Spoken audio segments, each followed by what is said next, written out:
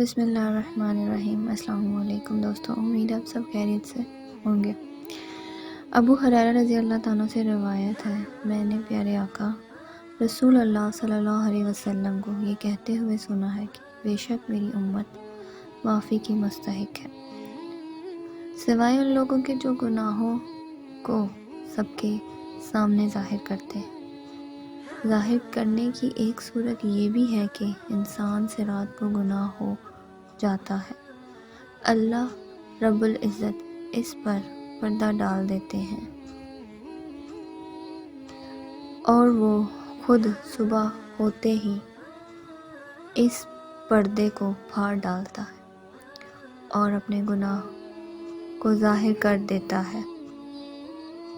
حضرت محمد صلی اللہ علیہ وسلم نے فرمایا، جب ایک نوجوان انسان توبہ کرتا ہے تو مشرق سے مغرب تک کے قبرستانوں میں 40 دن تک عذاب ہٹا دیا جاتا ہے۔ جزاک اللہ۔